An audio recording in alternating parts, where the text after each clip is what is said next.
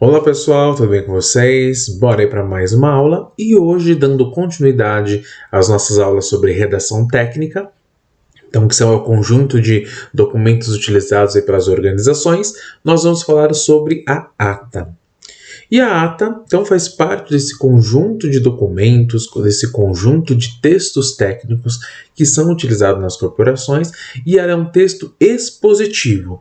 E sendo um texto expositivo, ela quer expor algumas ideias, pensamentos, colocações, e ela visa o que? Então, a realização de registros de ideias, informações, decisões tomadas por uma coletividade. E essa coletividade pode ser, então, grupos, conselhos, ou assembleias, reuniões, conferências, encontros. Nós temos aí uma diversidade de possibilidades. Toda vez que se reuniu pessoas e essas pessoas desejam ali registrar aquilo que foi conversado, dialogado, acertado, acordado, vai se utilizar de uma ata, então, para registrar aquilo que ocorreu dentro daquele espaço de diálogo. E ele é um documento de consulta, né? Ou melhor, a ata é um documento de consulta e que ela facilita o quê? A identificação posterior das decisões tomadas. E o que eu quero dizer com isso?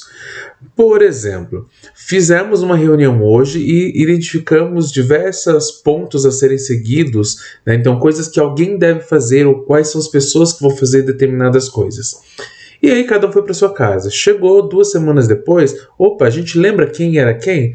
Não, talvez não. Ou seja, a ata vai ser o registro, então, dessas informações. E ela vai direcionar, a gente pode voltar para ela, ler, e ali vai estar direcionado quem vai fazer o que e como. Então ela é um documento de consulta, que nós sempre podemos voltar a ela para obter as informações do que foi tratado naquela reunião. Então, trata-se de um documento de caráter formal e que pode gerar efeitos jurídicos. E por que pode gerar efeitos jurídicos? Porque ela pode ser registrada.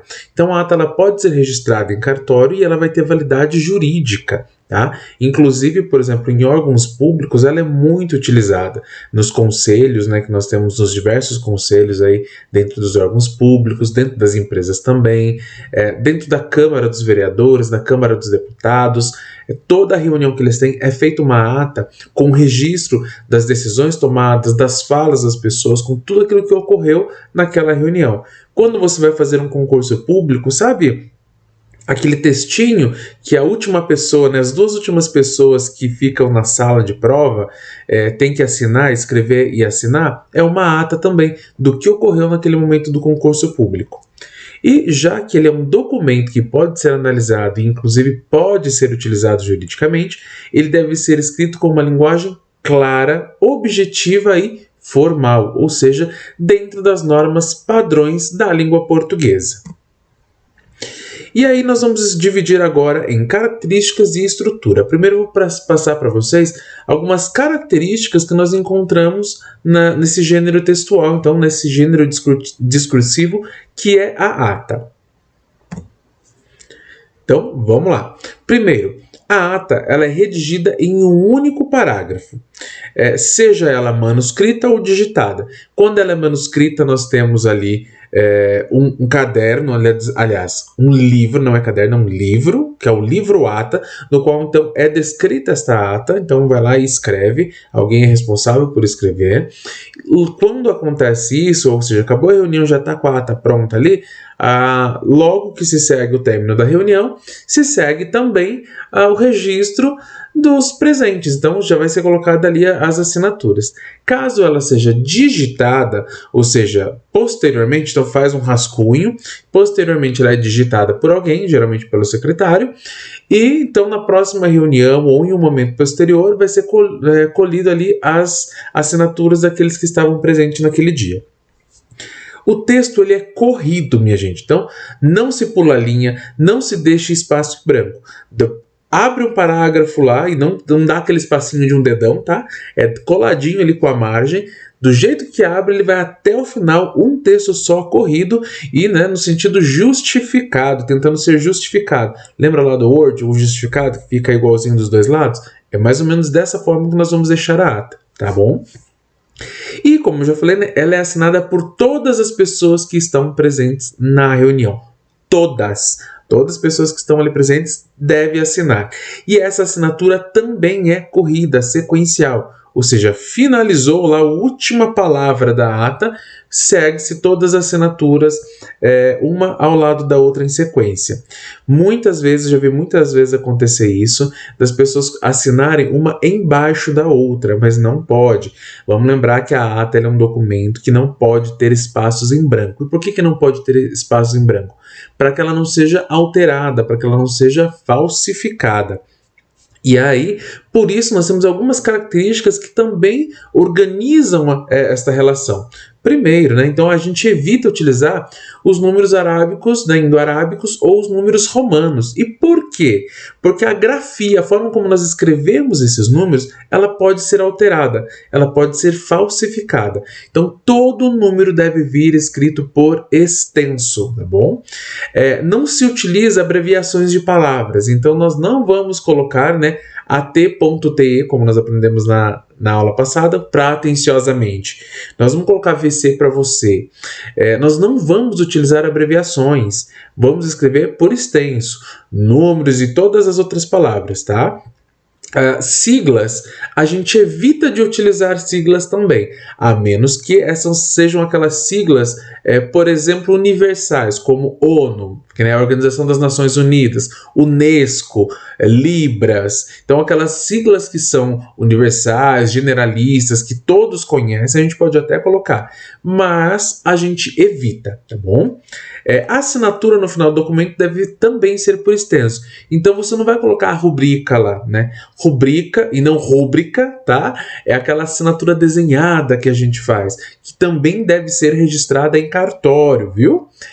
Não, a gente não vai utilizá-la. Nós vamos escrever o nome por extenso. Se você tem 10 nomes, se você tem trocentos nomes lá que nem Dom Pedro, você vai escrever todos esses nomes ali no final, quando você for assinar a ata. E esse conjunto de características, ele visa o quê? Justamente evitar a fraude, evitar que essa ata possa ser adulterada. Outras características aqui que nós temos da ata. Dentro da reunião, o responsável por redigir a ata é o secretário, mas não é qualquer secretário. Geralmente é o secretário-geral, o secretário executivo, o secretário acadêmico, e aí dentro de cada organização nós temos ali uma nomenclatura direcionada para essa pessoa, Geralmente é o secretário. Pode outra pessoa escrever? Também pode, às vezes acontece. Mas, quase sempre é o secretário que é o responsável, então, por redigir a ata. Então, ele possui a atribuição de escrever o texto, realizar a leitura ao final do evento, ou seja, terminei de redigir, eu tenho que fazer a leitura para ver se alguém quer fazer algum adendo, corrigir alguma coisa que foi escrita. E ele também é responsável por colher as assinaturas, guardar o livro ata e, se for o caso, registrar o documento em cartório. Aí a gente vai para aquele cartório de ações notariais e faz lá um registro então daquela ata, para se tornar um documento de validade jurídica. Cabe também então ao secretário, que vai redigir a ata, registrar todas as deliberações realizadas por aquele grupo. Ou seja, tudo aquilo que é falado, discutido, decidido, o redator ele vai ter que redigir, ele vai ter que escrever. Inclusive, minha gente, as falas dos participantes. Então, por exemplo, se o fulano falou determinada coisa, vamos pensar numa ata de uma reunião, de uma assembleia geral de um prédio.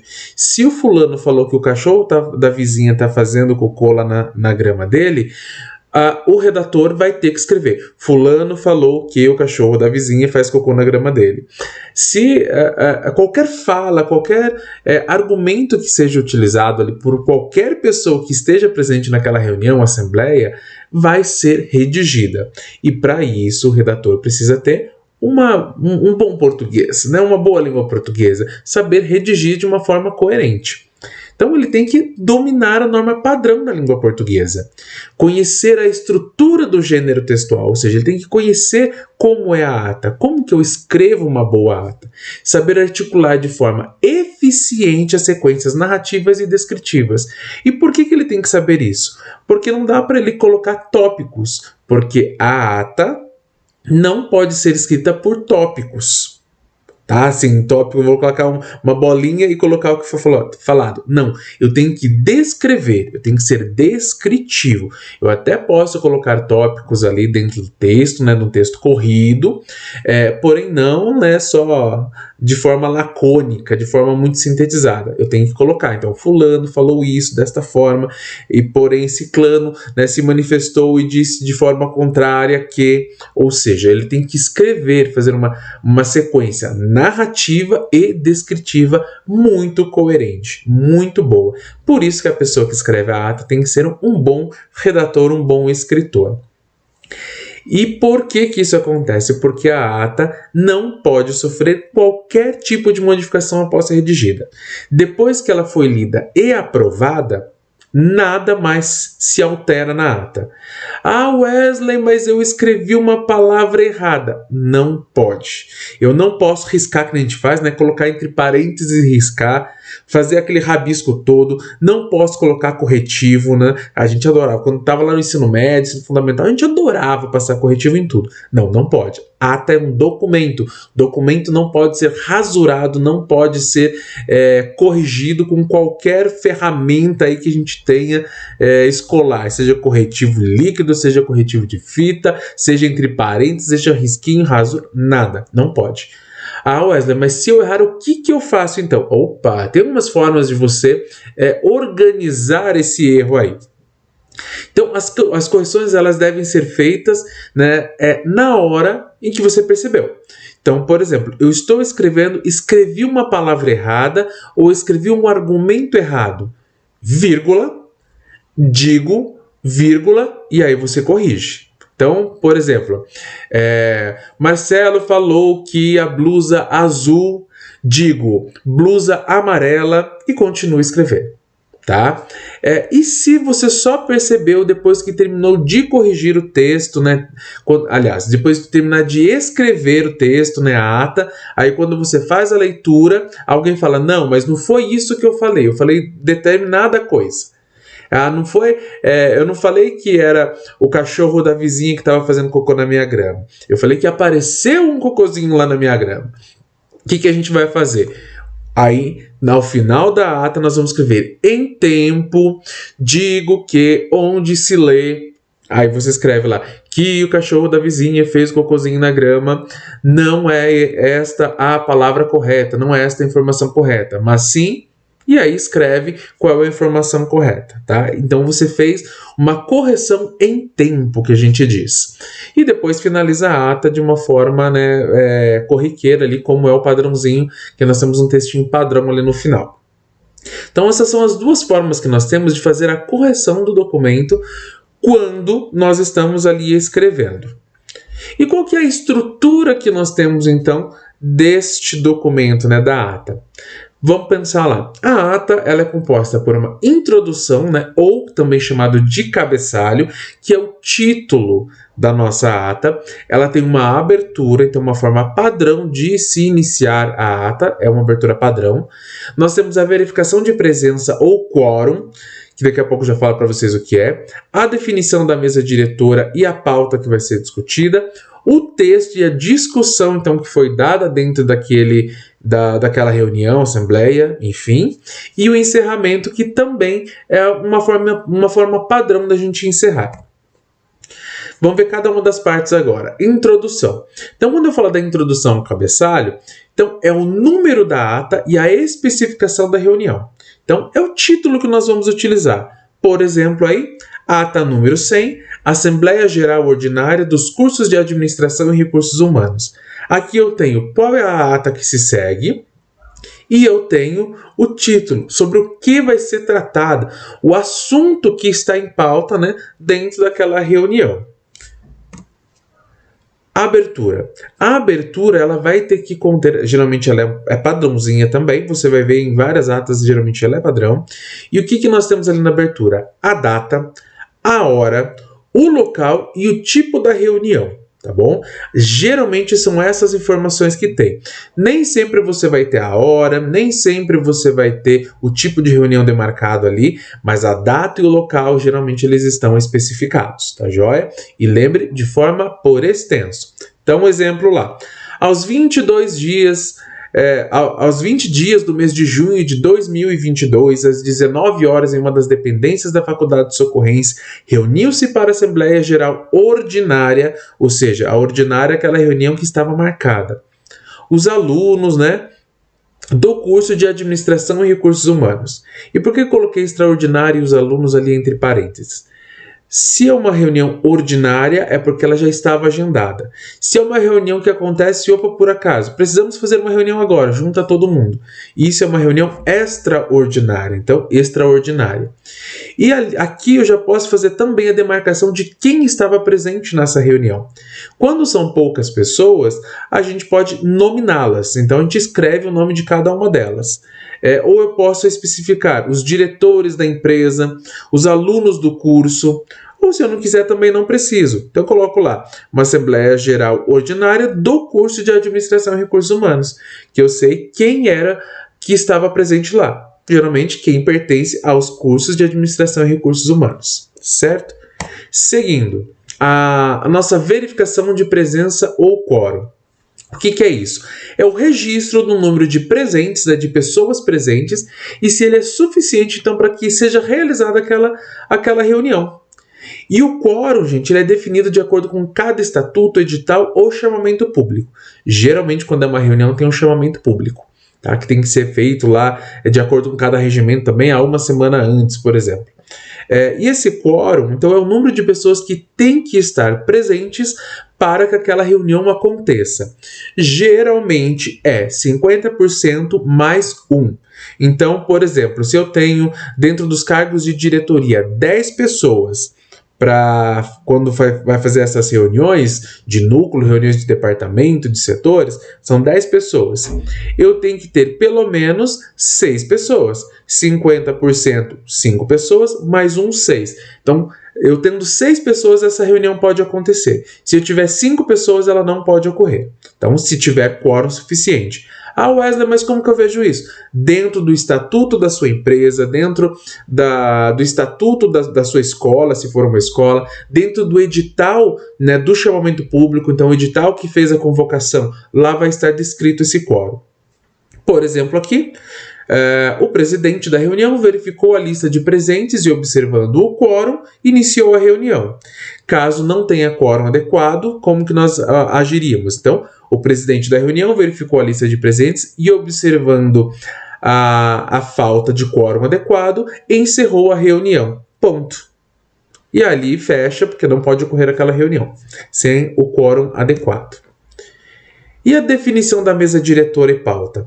Então, é o nome dos indicados para dirigir a reunião. Geralmente é o presidente, ou o coordenador, ou o secretário, ou um diretor, ou um gestor. Então, quem é o responsável por organizar, dirigir, falar e orientar aquela sessão, aquela reunião?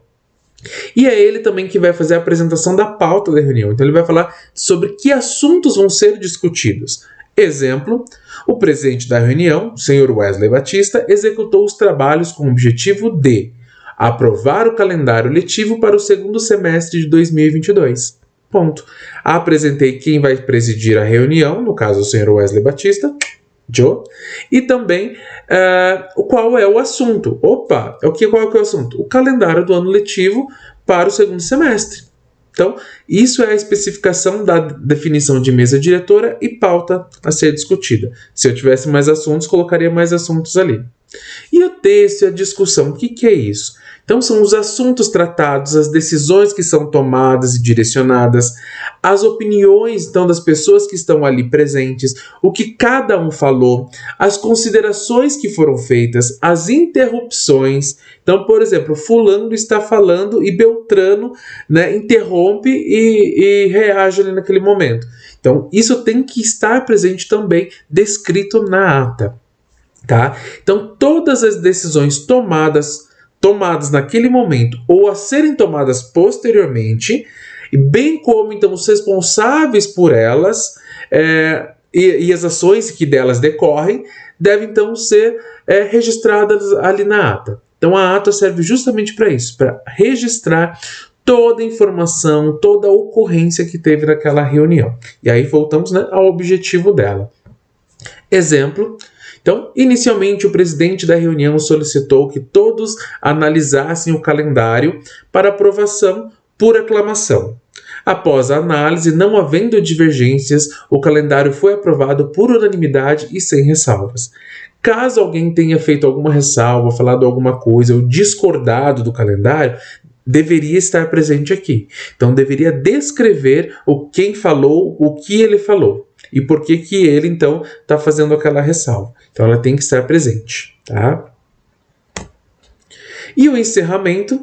O encerramento, como eu falei, é uma frasinha padrão. Geralmente todo mundo encerra dessa forma. Você vai ver algumas diferenças, né, entre atas aí, mas geralmente ela é padrão. Então, um exemplo. Nada mais havendo para tratar, encerraram-se os trabalhos dos quais eu, Walter Benjamin, que é o secretário que está redigindo a ata, então, lavrei a presente ata, que foi, por sua vez, assinada pelos professores e alunos presentes. Como eu falei, se forem poucas pessoas, você pode escrever o nome de cada um. Aliás, se você não escreveu, lá no início, na abertura. Mas você pode escrever o nome de cada um. Caso não, você passa somente para a assinatura, então, também ali de cada pessoa presente. Então, varia aí de acordo com a forma como a empresa, o lugar onde você está, geralmente eles fazem. Então, pode ser o nome escrito os nomes e depois cada um assina, né, dentro daquela sequência, ou o nome lá na abertura também. E aqui o exemplo final, então, da ata para vocês.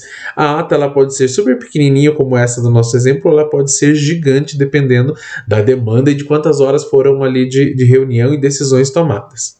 Então, exemplo aqui. Ata número 100 da Assembleia Geral Ordinária dos cursos de Administração e Recursos Humanos. Aos 20 dias do mês de junho de 2022, às 19 horas, em uma das dependências da Faculdade de Socorrência, reuniu-se para uma Assembleia Geral Ordinária do curso de Administração e Recursos Humanos. O presidente da reunião verificou a lista de presentes e, observando o quórum, iniciou a reunião. O presidente da reunião, o Sr. Wesley Batista, executou os trabalhos com o objetivo de aprovar o calendário letivo para o segundo semestre de 2022. Inicialmente, o presidente da reunião solicitou que todos analisassem o calendário para aprovação por aclamação. Após a análise, não havendo divergências, o calendário foi aprovado por unanimidade e sem ressalvas. Nada mais havendo para tratar, encerraram-se os trabalhos dos quais eu, Walter Benjamin, lavrei a presente ata, que foi, por sua vez, assinada pelos professores e alunos presentes. Então, segue-se a assinatura do secretário, em primeiro lugar, porque foi ele quem lavrou a ata, e em segundo lugar, geralmente ali, o presidente da sessão, e segue a assinatura de todos os outros presentes. E essa, então, é a ata, um dos documentos mais utilizados no meio corporativo, dentro das reuniões, dentro de qualquer reunião de conselho, de grupos, de associações, ata. Tá? Em todos os lugares você vai achar, porque ele é o nosso documento de registro e consulta. E é isso, minha gente, ficamos por aqui. Então, até a nossa próxima aula e tchau, tchau. Até mais.